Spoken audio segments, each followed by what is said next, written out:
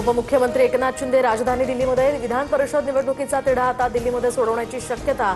वरिष्ठ नेत्यांची भेट घेणार, सूत्रांची माहिती। प्रशांत आंबी धमकी प्रकरणामध्ये आमदार संजय गायकवाडांची चौकशी होणार। राजारामपुरी पोलीस लवकरच नोटीस पाठवणार। गायकवाडांच्या समर्थकांकडून प्रशांत आंबी यांना धमकवण्याचे फोन सुरूच। आमदार संजय गायकवाडांनी ऑडिओ क्लिप स्वतःची असल्याचं मान्य केलंय, त्यामुळे चौकशी न करता त्यांना अटक करा, प्रकाशक प्रशांत आंबींची मागणी। परभणी शहरातील गंगाखेड मार्गावरील पेट्रोल पंपावर गोंधळ, तर अँब्युलन्सला डिझेल न दिल्यामुळे तणाव। तर जिंतूर शहरातील येलदरीकडे जाणाऱ्या मार्गावर शेतकऱ्यांचा डिझेलसाठी रास्ता रोको।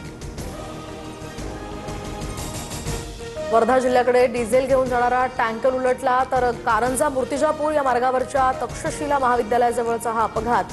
वेळेत मदत मिळाल्यामुळे चालक सुरक्षित। शेतकऱ्यांना डिझेल उपलब्ध करून द्या, शेतकऱ्यांच्या नावाखाली होणाऱ्या साठेबाजीवर लक्ष ठेवा। मुख्यमंत्री फडणवीसांच्या जिल्हाधिकारी आणि विभागीय आयुक्तांना सूचना।